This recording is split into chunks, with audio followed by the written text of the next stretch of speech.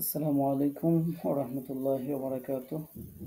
আল্লাহ তাআলার দরবারে শুকরগুজার হচ্ছি, শুকরিয়া আদায় করছি যে আল্লাহ পাক রব্বুল আলামিন আমাদেরকে পবিত্র কোরআনুল কারীমের তাফসীর শোনার এই ক্লাসে যুক্ত হওয়ার তৌফিক দান করেছেন। এজন্য শুকরিয়া দান করছি, আলহামদুলিল্লাহ। দরুদ ও সালাম জানাচ্ছি আমাদের প্রিয় নবী সাইয়্যিদুল মুরসালিন রাহমাতুল লিল আলামিন সিরাজুম মুনীরা প্রিয় নবী মুহাম্মদুর রাসূলুল্লাহ আমরা পড়ছি সাল্লাল্লাহু আলাইহি ওয়াসাল্লাম এর প্রতি। আল্লাহ তাআলার কাছে তাফসীর ক্লাসের শুরুতে যথারীতি আমরা প্রার্থনা করছি, আমরা যা কিছু শুনি আল্লাহ পাক রব্বুল আলামিন সে অনুযায়ী আমাদেরকে আমল করে চলার তৌফিক একান্ত মেহেরবানি করে আল্লাহ তাআলা দান করেন। এটি আমাদের দুনিয়ার জীবনে বরকত এবং পরকালীন জীবনে আল্লাহ পাক রব্বুল আলামিন আপনার আমাদের সকলের জন্য নাজাতের ওসিলা হিসেবে কবুল করে নেন। এজন্য আল্লাহ তাআলার কাছে সাহায্য কামনা করে আমরা আমাদের আজকের ক্লাস শুরু করছি ইনশাআল্লাহ। আজকে আমরা তাফসীর শুনব সূরা আল মুতাফফিফিন এর 29 নম্বর আয়াত থেকে। যথারীতি আমরা একটু জানার চেষ্টা করি যে আল্লাহ পাক রব্বুল আলামিন এই আয়াতগুলোর মধ্যে কি বলেছেন।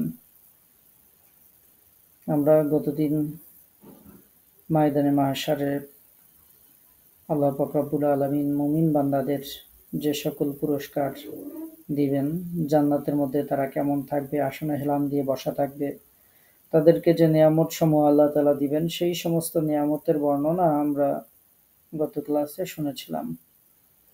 আজকের ক্লাসে ঠিক তার বিপরীতধর্মী বর্ণনা আমরা শুনব। আল্লাহ তাআলা জাল্লা শানহু বলছেন, ইন্নাল্লাযীনা আজরামু, ইন্না মানে নিশ্চয়ই, আল্লাযীনা যারা, আজরামু অপরাধ করেছে, কানু তারা ছিল, মিনাল্লাযীনা আমানু মিন আল্লাযীনা আমানু ঈমানদারদের সাথে, ইয়াদহাকুন তারা আর কি বিদ্রূপ করত।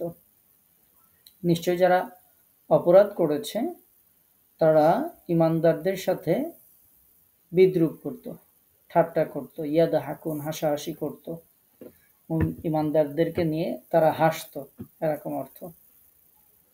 ওয়া ইযা মাররু বিহিম ইয়াতাগামাজুন, ওয়া এবং ইজা যখন, মাররু তারা গমন করত, যখন তারা গমন করত, বিহিম তাদের কাছ দিয়ে, ইয়াতাগামাজুন তারা কটাক্ষ করত, পরস্পর চোখ টিপে বিদ্রূপ করত, এরকম।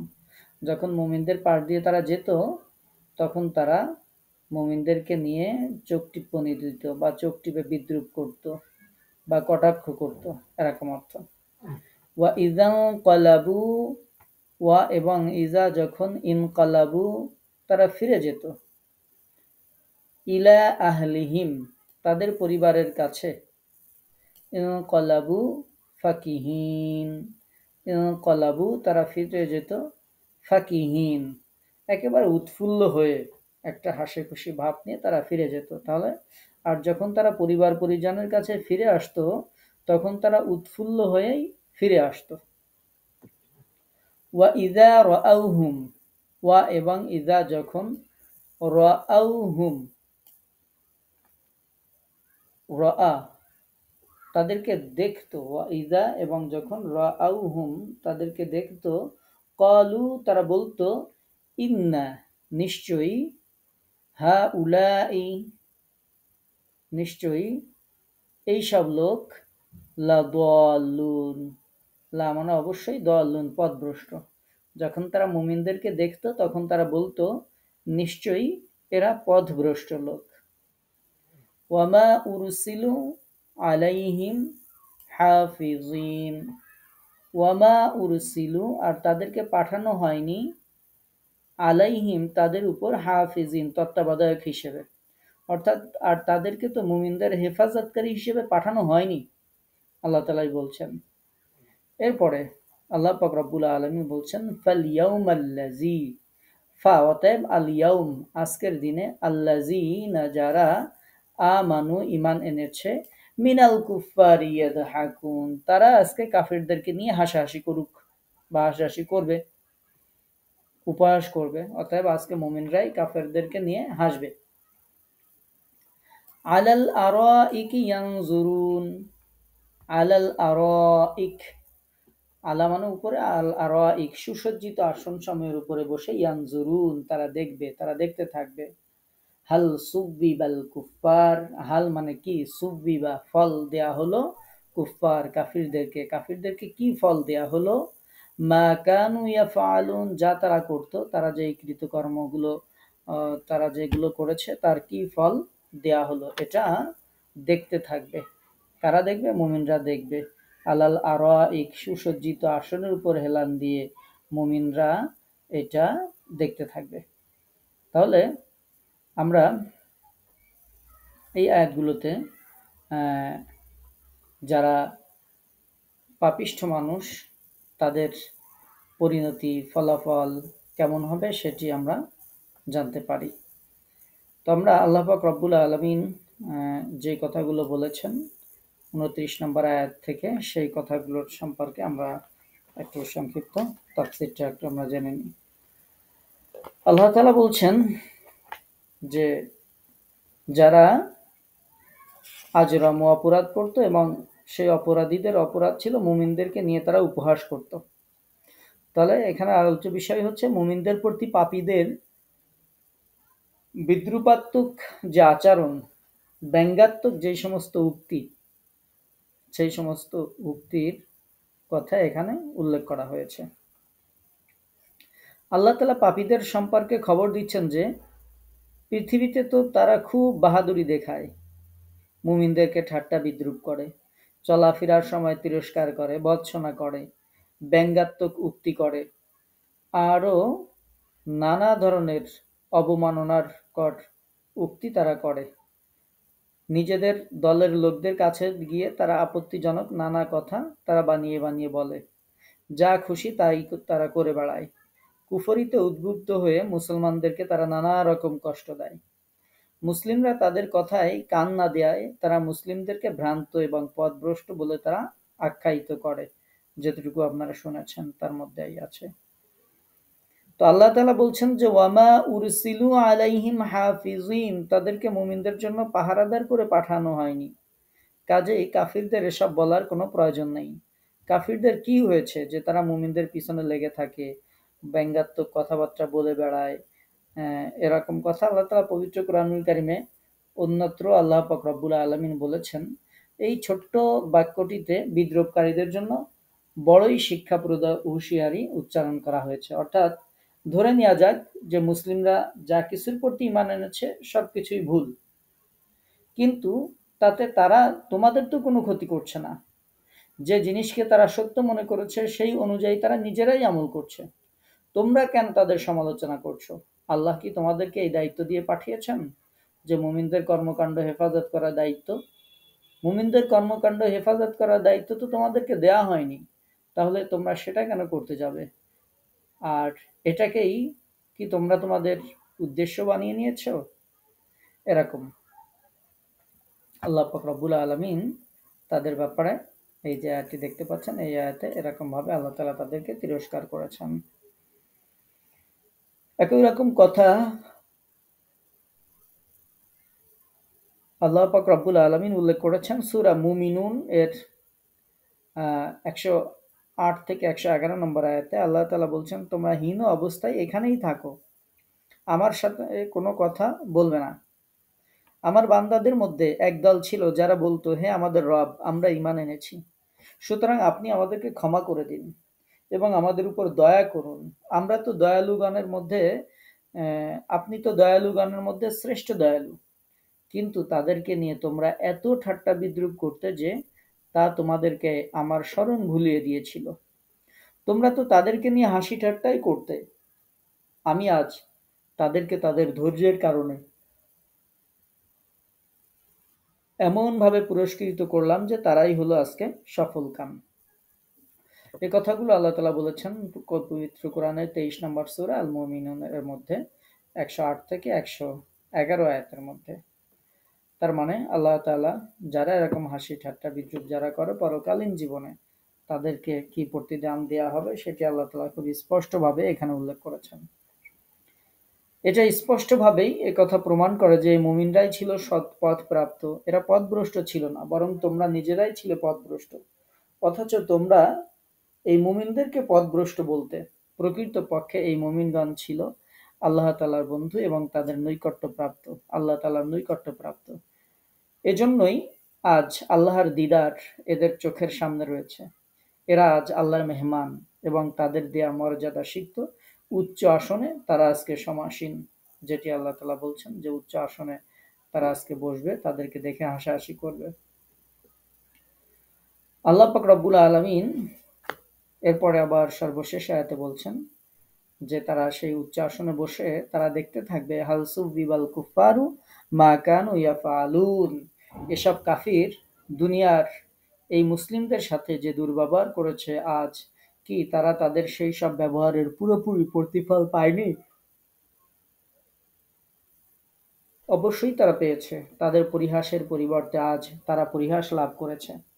কাফেররা যে সব মুসলিমকে মর্যাদাহীন বলতো, আল্লাহ তাআলা আজ তাদেরকে সম্মানিত করেছেন, সম্মানিত করবেন।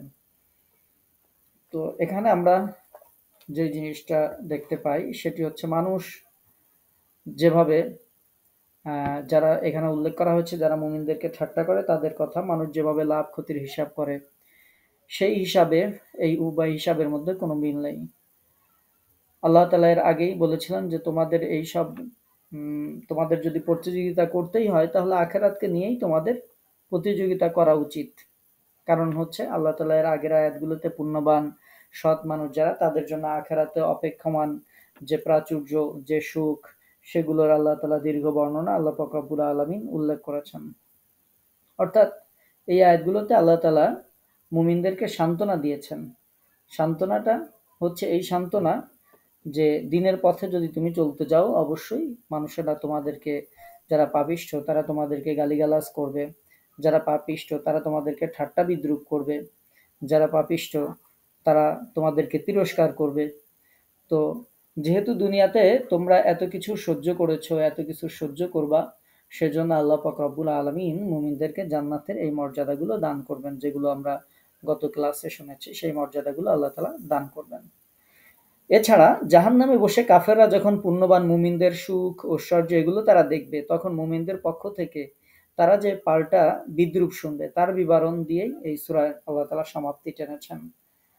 আল্লাহ তাআলা বলছেন, নিশ্চয়ই অপরাধীরা মুমিনদেরকে দেখে ঠাট্টা করত, তারা তাদের কাজ দিয়ে যাওয়ার সময় টিপ্পনি কাটত, ভেংচি কাটত। আর আল্লাহ তাআলা বলছেন, ফালিয়াউমাল্লাযী আমানু মিনাল কুফফারি ইয়াদহাকুন, আজকের দিনে কাফেরদের দেখে মুমিন বান্দা যারা আমার তারা আজকের দিনে কাফেরদেরকে দেখে তারা আজকে হাসাহাসি করবে। দুনিয়ার বিপরীত হবে এটি। বালিশে হেলান দিয়ে তারা থাকবে এবং তারা তাকিয়ে থাকবে, কাফেররা যা করেছে তার ফল তারা ভোগ করছে, তো এটা তারা বসে বসে দেখতে থাকবে। কোরআনুল কারিমে মুমিনদের প্রতি কাফেরদের ঠাট্টা বিদ্রুপ বেয়াদবি অহংকার আস্ফালন এবং তাদের বিপথগামী বলে মন্তব্য করার যেসব দৃশ্য তুলে ধরা হয়েছে তা মক্কার বাস্তব অবস্থার চিত্র। তবে আমরা দেখতে পাই বিভিন্ন দেশে বিভিন্ন প্রজন্মে সেই দৃশ্যগুলো বারবার পুনরাবৃত্তি ঘটেছে। এমনকি সমকালীন সময়ে দেখা যায় যে অনেক মানুষেরা শুধুমাত্র দিন পালন করার কারণে এরকম ঠাট্টা বিদ্রুপের সম্মুখীন তারা হয়ে থাকেন। তো এই সব আয়াত সেই জীবনে সংঘটিত সেই চিত্রগুলোই এই আয়াতগুলোতে তুলে ধরা হয়েছে। অর্থাৎ এটি যেহেতু প্রমাণিত যে মুমিন যারা পুণ্যবান যারা এই পুণ্যবান লোকদের সাথে আচরণে পাপিষ্ঠ মানুষ যারা অপরাধী মানুষ যারা তাদের ভূমিকা যুগে যুগে সর্বকালে সবসময় একরকম অভিন্ন ছিল। অপরাধীরা মুমিনদেরকে ঠাট্টা বিদ্রুপ করত। হ্যাঁ, দুনিয়ার জীবনে তারা এটা করতো বটে, কিন্তু ক্ষণস্থায়ী পার্থিব জীবনে সে পাঠ আজকে চুকে গেছে। এখন সহসাই তারা আজকে আখেরাতে উপস্থিত হয়েছে। পুণ্যবান লোকদের সুখ শান্তি তারা আজকে দেখছে। দুনিয়ায় তাদের কি অবস্থা ছিল তা তাদের বেশ মনে পড়ে। তারা মুমিনদেরকে ঠাট্টা বিদ্রুপ করত। এর কারণ ছিল যে মুমিনরা ম্যাক্সিমাম ছিল হচ্ছে দরিদ্র, মুমিনদের ছিল দুঃখ দৈন্য, এরপরে মুমিনরা স্বাভাবিকভাবে আক্রমণ প্রতিহত করতে অক্ষম ছিল। কোনো কোনো মুমিনরা তাদের শিক্ষা ছিল না। তো এই যে সব বিষয়, এই সব বিষয় নিয়ে কারণেই তারা অপরাধী লোকদের হাসির উদ্রেক হতো, তারা হাসতো, মুমিনদেরকে নিয়ে হাসি ঠাট্টা এগুলো তারা করত। তারা তাদের উপর নির্যাতন চালিয়ে যেত এবং তাদের কষ্ট দেখে উপহাসের হাসি তারা হাসত। অথচ মুমিনরা ধৈর্য এবং ভদ্র আচরণ তারা অব্যাহত রাখত। মুমিনদের কাছ দিয়ে যাওয়ার সময় তারা টিপ্পনি কাটত, যেমন আমাদের সমাজে মানুষরা বিভিন্ন শব্দগুলো ইউজ করে, আমি আর নাইবা বললাম।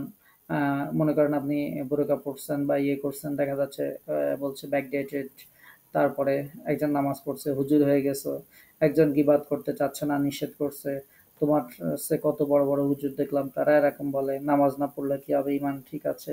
এটা আমাদের মুসলমান ভাইরাই বলে, আর অন্যদের কথা তো বাদই দিলাম। তো অন্যরা এই যে টিপ্পনি কাটে, ভেঙচি দেয়, চোখ দিয়ে কিংবা হাত দিয়ে ইশারার মাধ্যমে টিপ্পনি কাটে। তো নিজেদের পরিচিত অন্য কোনো পন্থায় তারা মুমিনদেরকে উপহাস করতে ছাড়ে না। যুগে যুগেরা যারা পাপিষ্ঠ মানুষ, তারা যে কোনো বিষয় নিয়ে মুমিন যারা যারা দিন পালন করতে চায় তাদেরকে তারা উপহাস করে। এগুলো অত্যন্ত নিম্ন শ্রেণীর বেয়াদবি এবং অসভ্যতা। এগুলোর উদ্দেশ্যই হচ্ছে মুমিনদেরকে দাবিয়ে রাখা, তাদের মনের মধ্যে হীনতা ঢুকিয়ে দেয়া, তাদেরকে বিব্রতকর অবস্থায় ফেলা। যখন তারা বিব্রত অবস্থায় পড়ে তখন তারা আরো বেশি করে টিপ্পনি কাটে, হাসে। তো আর যখন এরপর আল্লাহ তাআলা বলছেন যে তাদের অপরাধ শুধু এখানে শেষ না। এই মুমিনদের সাথে এই খারাপ আচরণ করার পরে তারা যখন তাদের পরিবারের কাছে ফিরে যায়, এদিকে মুমিনদের সাথে এরকম খারাপ আচরণ করছে, গালি দিচ্ছে, টিটকারি করছে, ওয়াইজান কলাবু ইলা আহলিহিম কলাবু ফাকিহিন। মুমিনদেরকে এরকম কষ্ট দিয়ে যখন তারা তাদের গৃহে ফিরে যায়, পরিবারের কাছে, আহলিহিম তাদের পরিবারের কাছে যখন তারা ফিরে যায়, এই পরিবারের কাছে ফিরে যাওয়ার সময় তারা পূর্ণ তৃপ্তি, পূর্ণ উল্লাস সহকারে তারা ফিরে যায়। অর্থাৎ মুমিনদেরকে বিদ্রূপ করে, টিটকারি করে, গালাগালি করে, উত্ত্যক্ত করে যখন তাদের ইতর এবং অভদ্র মন যখন তৃপ্ত হয়, তখন তারা উল্লসিত হয়ে তারা তাদের পরিবারের কাছে বাড়িতে ফিরে যায়। এবং এই যে পাপ, এত বড় পাপ করলো একজন মুমিনকে ইসলাম পালন করার জন্য বিভিন্ন ধরনের কথা মানুষেরা বলে, এটা বলার পরে সে মনের মধ্যে দেখা যাচ্ছে এক ধরনের শান্তি সে লাভ করলো। অর্থাৎ তার যে অভদ্র মন যেটি, সেই অভদ্র মনটি উল্লসিত হয়ে যায়।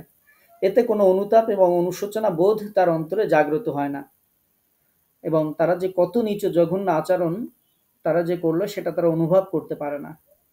তো সেই অবস্থায় তারা তাদের উৎফুল্ল অবস্থায় আল্লাহ তাআলা বলছেন মুমিনদের সাথে এরকম খারাপ আচরণ করার পরে আবার তাদের অন্তরে তো অনুশোচনা হয়ই না, বরং তাদের অন্তরে যে মানুষত্ব আছে, বিবেক আছে, সেটার চরম অপমৃত্যু ঘটে এবং তারা এই অবস্থায় বাড়িতে ফিরে যায়। ইলা আহলিহিম বলেছেন আল্লাহ তাআলা, তাদের পরিবার পরিজনের কাছে ফিরে যায় ফাকিহিন, সেই সময় তারা আনন্দিত থাকে। মুমিনদের সাথে খারাপ কাজ মানে খারাপ আচরণ করে যাওয়ার পরেও তারা আনন্দিত অবস্থায় থাকে। আর যখন তারা মুমিনদেরকে দেখে অমনি বলে যে এরা বিপদগামী। এরপরে তারা যেটি বলে সেটি হচ্ছে ইন্নাহা উলাই লাদাল্লুন। মুমিনদের দেখলেই তারা বলে যে বিপদগামী, আমরাই সঠিক পথে আছি, তোমাদের মতো এত নামাজ না পড়লেও কোনো সমস্যা নেই, আমরা ঠিক আছি, কোরআন পড়তে না পারলে কি হবে, ইমান তোমার চেয়ে ভালো আছে, জাকাত না দিলে কি হবে, আমি অন্য অন্য দান ধ্যান তো আর কম করি না, হজ না করলে কি হবে, ইনশাল্লাহ ইমান আমার ঠিক আছে। এরকম বিভিন্ন কথা মুসলমানরাই বলে, অন্যদের কথা বাদই দিলাম, আর অন্যরা তো বলেই। তো মুমিনদেরকে যখন তারা বলে দেখে তখন তারা বলে যে এরা বিপদগামী।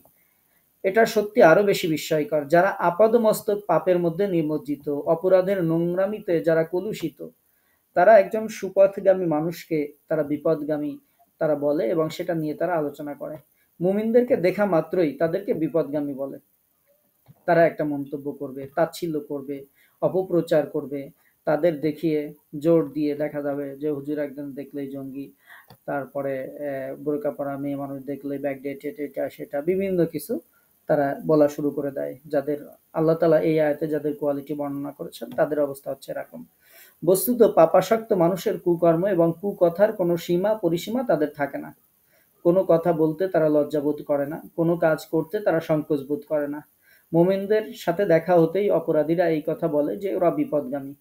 এটা এই কথাই অকট্টভাবে প্রমাণ করে যে অপরাধ প্রবণতা, পাপাসক্তি এবং অসততার প্রকৃতি এমন যে তারা কোনো সীমা পরিসীমা সেটা তারা মানে না।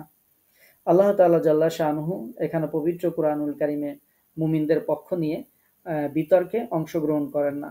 অপরাধীদের এই উক্তিটাতে যে কত বড় নির্লজ্জা মিথ্যা সে ব্যাপারে কোরআনুল কারিমে উল্লেখও করা হয়নি, বরং কোরআনুল কারিমে তাদের ব্যাপারে খুব সুন্দর করে আল্লাহ পাক রব্বুল আলামিন তাদের জবাবটা এখানে দিয়ে দিয়েছেন, যে আল্লাহ তাআলা বলছেন যে মুমিনরা সৎপথগামী হলো না বিপদগামী হলো এটা দেখার জন্য তোমাদেরকে আমি নিযুক্ত করি নাই। ওয়ামা উরসিলু আলাইহিম হাফিজিন, মুমিনদের দায়িত্বশীল হিসেবে তোমাদেরকে পাঠানো হয়নি যে মুমিনরা সৎ পথে চললো না বিপদগামী হলো, এটা দেখার জন্য তোমাদেরকে পাঠানো হয়নি।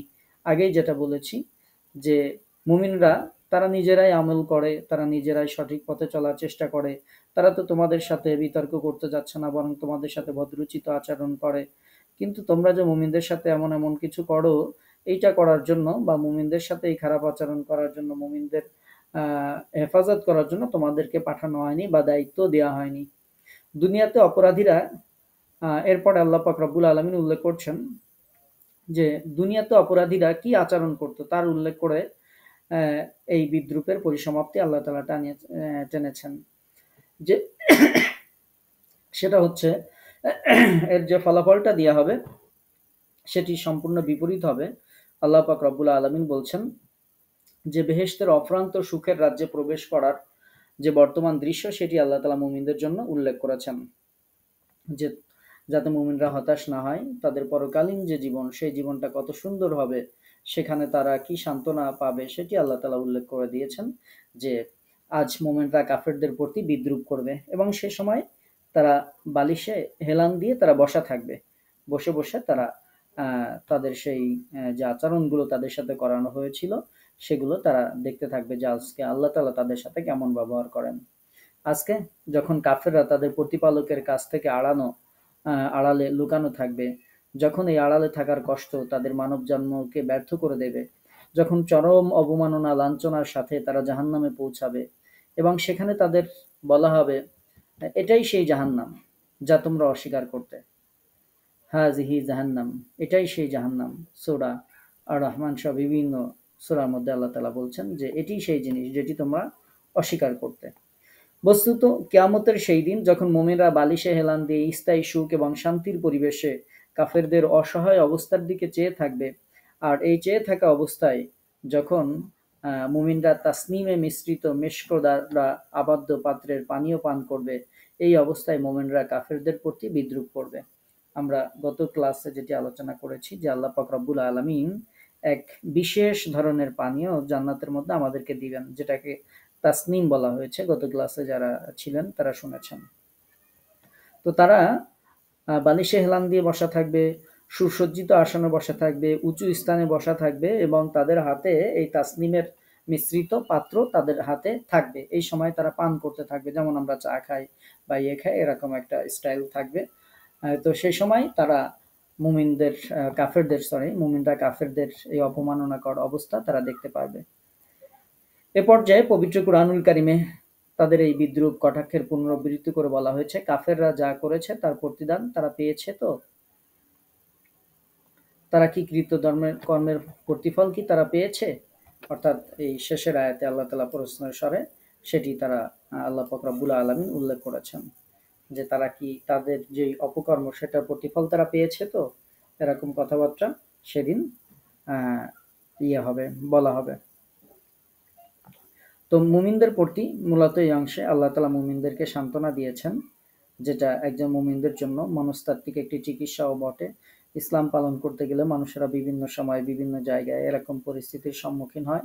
আল্লাহ পাক রব্বুল আলামিন এজন্য মুমিনরা যেন হতাশ না হয়, তাদের মন যেন ভেঙে না পড়ে, তারা যেন মানুষের কোনো কথায় প্রভাবিত হয়ে দিন থেকে সরে না যায়, আল্লাহ পাক রব্বুল আলামিন তাদেরকে সান্ত্বনা দেওয়ার জন্য পরকালে তো এগুলো দিবেনই, আল্লাহ তাআলা দুনিয়াতেই সেই সুসংবাদগুলো আমাদেরকে শুনিয়ে দিয়েছেন যে তোমাদের দুনিয়াতে চলতে গেলে কষ্ট হবে, বাট আলটিমেটলি যে ফলাফলটা তোমরা পেয়ে যাবে সেটি হচ্ছে দুনিয়ায় যারা তোমাদেরকে কষ্ট দিবে তোমরা সেই দিন এত বেশি আরামে তোমাদেরকে রাখবো, বালিশে হেলান দিয়ে তোমাদের কাছে পানপাত্র থাকবে, তোমরা হেলান দিয়ে বসা থাকবে, সেই দিন তোমাদের সাথে যেই খারাপ আচরণগুলো যারা করেছিল তাদেরকে তোমরা জাহান্নামের মধ্যে দেখতে পাবে, আর সেই দিন তোমরা তাদেরকে দেখে হাসাহাসি করবে।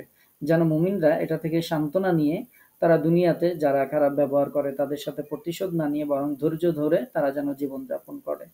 এটি হচ্ছে ইসলামের শিক্ষা, এবং আল্লাহ পাক রব্বুল আলামিন এভাবে এই অংশে মুমিনদেরকে আল্লাহ তাআলা জাল্লা শানহু সান্ত্বনা দিয়েছেন। আমরা এজন্য দেখতে পাই প্রিয় নবী সাল্লাল্লাহু আলাইহি ওয়াসাল্লামের জীবনী যদি দেখেন, যে তাহলে দেখতে পাবেন কাফের এবং মুশরিকদের পক্ষ থেকে মুসলমানরা যে পাশবিক নির্যাতন, মানসিক নির্যাতন যেটি ভোগ করত, যেই নিষ্ঠুর কটূক্তি এবং বর্বরিচিত উপহাসে জর্জরিত হতো, আল্লাহর পক্ষ থেকে তার একমাত্র সান্ত্বনা এটাই দেওয়া হয়েছিল যে মুমিনদের জন্য জান্নাত রয়েছে আর কাফেরদের জন্য জাহান্নাম। অন্য কথায় দুনিয়া ও আখিরাতের মাঝে তাদের উভয় গোষ্ঠীর সম্পূর্ণ বিপরীত অবস্থানে তারা উপনীত হবে।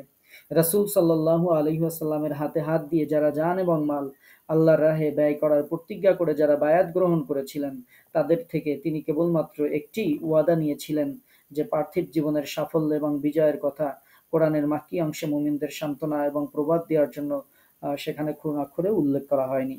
বস্তুত কোরআনে একদল মানুষকে আল্লাহ তাআলার এই দিনের আমানত বহন করার জন্য যোগ্য হিসেবে গড়ে তোলার ব্যাপারে আল্লাহ তাআলা জাতীয় আয়াতগুলো তিনি অবতীর্ণ করেছেন, এবং সেখানে আল্লাহ পাক রব্বুল আলামিন আমাদেরকে তাদের কাছ থেকে প্রতিশোধ নিতে শিখাননি, বরং আল্লাহ তাআলা শিক্ষা দিয়েছেন যে অবশ্যই অবশ্যই বিচার ফয়সালা যেটা হওয়ার সেটা পরকালেই ইনশাল্লাহ হয়ে যাবে।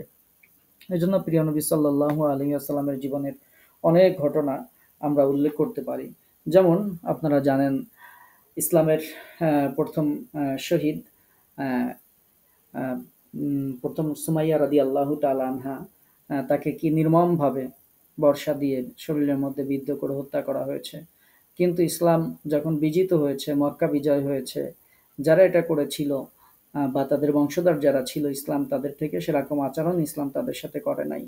আপনারা জানেন বিলাল রাদিয়াল্লাহু তাআলা আনহুকে উত্তপ্ত মরুর মাঝে পাথর চাপা দিয়ে শুইয়ে রাখা হয়েছিল, কিন্তু ইসলাম যখন বিজিত হয়েছে কোনো কুরাইশকে, কোনো কাফেরকে এরকম শাস্তি দেওয়া হয়নি যে তাকে এরকম পাথর চাপা দিয়ে বিলালকে রেখেছিল তোমরা তাদেরকে এরকম রেখে দাও, এটি কখনোই বলা হয়নি। আম্মার ইবনে ইয়াসিরের পরিবারের উপর যে অত্যাচার করা হয়েছে তাদের সেই টার ফলাফল নেওয়া হয়নি। রাসূল সাল্লাল্লাহু আলাইহি ওয়াসাল্লাম নামাজ পড়তেন, সিজদারত অবস্থায় প্রিয় নবী সাল্লাল্লাহু আলাইহি ওয়াসাল্লামের মাথার উপর উটের নাড়ি ভুড়ি চাপা দেওয়া হয়েছে। ইসলাম যখন বিজিত হয়েছে কোনোদিন কোনো মুশরিককে ধরে বলা হয়নি যে এখন ওকে নিচু করে দাও, ও যেহেতু রাসূল সাল্লাল্লাহু আলাইহি ওয়াসাল্লামকে এরকম শাস্তি দিয়েছিল, আজকে ওকে অথবা ওর বংশধরকে এই শাস্তি দেওয়া হোক। ইসলাম কখনো সেটি বলেনি। প্রিয় নবী সাল্লাল্লাহু আলাইহি ওয়াসাল্লামকে অসংখ্যভাবে এরকম অবর্ণনীয় নির্যাতনের সম্মুখীন মুসলমানদেরকে করা হয়েছিল, কিন্তু ইসলাম বিজিত হওয়ার পরে কখনো কোনো অবস্থাতেই এরকম কোনো প্রতিশোধ নেয়নি, বরং মুমিনদেরকে আল্লাহ পাক রব্বুল আলামিন সদা সর্বদা সর্ব অবস্থায় যেই সান্ত্বনা দিয়েছেন সেটি হচ্ছে দুনিয়ার এই জীবন তোমাদের শেষ জীবন নয়, বরং আল্লাহ পাক রব্বুল আলামিনের কাছে যেই জীবনটা রয়েছে সেটি হচ্ছে আলামে বারজাক, যেটা সেখান থেকে শুরু করে নিয়ে তোমাদের যে চূড়ান্ত ফয়সালা, চূড়ান্ত যে পরিণতি, চূড়ান্ত গন্তব্য হচ্ছে তোমার জান্নাত। সুতরাং দুনিয়াতেই মুসলমানদেরকে কখনো বলা হয়নি তোমরা এভাবে তাদের কাছ থেকে প্রতিশোধ নিবে, বরং যেটি হয়েছে সেটি হচ্ছে রাসূল সাল্লাল্লাহু আলাইহি ওয়াসাল্লামের জীবনী যদি আমি দেখি তাহলে দেখবেন প্রিয় নবী সাল্লাল্লাহু আলাইহি ওয়াসাল্লামকে যারা হত্যা করার জন্য দারুন নদওয়াতে যারা পরামর্শ সভা করেছিল, যারা আল্লাহ রাসূলের মাথার বিনিময়ে 100 উট ঘোষণা দিয়েছিল, যদি কেউ মুহাম্মদ সাল্লাল্লাহু আলাইহি ওয়াসাল্লাম যদি কেউ তার মাথা কেটে আনতে পারো তাহলে তাকে 100 লাল উট পুরস্কার দেওয়া হবে। যারা এভাবে প্রিয় নবী সাল্লাল্লাহু আলাইহি ওয়াসাল্লামের হত্যার বিনিময়ে যারা পুরস্কারের ঘোষণা দিয়েছিল, মক্কা বিজয়ের পরে প্রিয় নবী সাল্লাল্লাহু আলাইহি ওয়াসাল্লাম তাদের সবাইকে ক্ষমা করে দিয়েছিলেন। শুধুমাত্র 4 জন, কোনো কোনো বর্ণনায় 6 জন বা সর্বোচ্চ 10-12 জন হবে সবগুলো ইতিহাস মিললে, যাদের ব্যাপারে প্রিয় নবী সাল্লাল্লাহু আলাইহি ওয়াসাল্লাম বলেছিলেন এই পাপিষ্ঠগুলোকে যদি কাবা ঘরের গিলাফ ধরা অবস্থায়ও পাও তবুও তোমরা তাদেরকে হত্যা করবে। সেটা মাত্র কয়েকজন মানুষ, বাকি সমস্ত মানুষদেরকে প্রিয় নবী সাল্লাল্লাহু আলাইহি ওয়াসাল্লাম ক্ষমা করেছিলেন। সুতরাং আমরা মানুষের টিটকারি অথবা উপহাস অথবা অন্য কিছুতেই আমরা দিন পালন থেকে যেন বিরত না হই, বরং যুগে যুগে মুমিনদের সাথে যেটা করা হয়েছিল আপনার আমাদের সাথে বা একজন মানুষ ইমানের পথে চলতে গেলে অবশ্যই তিনি এই অবস্থার সম্মুখীন হতে পারেন, সেটি আল্লাহ পাক রব্বুল আলামিন এই সূরাতে আমাদেরকে সেটির ব্যাপারে সান্ত্বনা দিয়েছেন যে দুনিয়ার এই জীবন তোমাদের শেষ জীবন নয়, বরং আল্লাহর কাছে যে জীবনটা আছে সেটি তোমাদের জন্য উত্তম, এবং আজকে তারা যা করছে তার পরিপূর্ণ প্রতিফল সেদিন তাদেরকে দিয়ে দেওয়া হবে।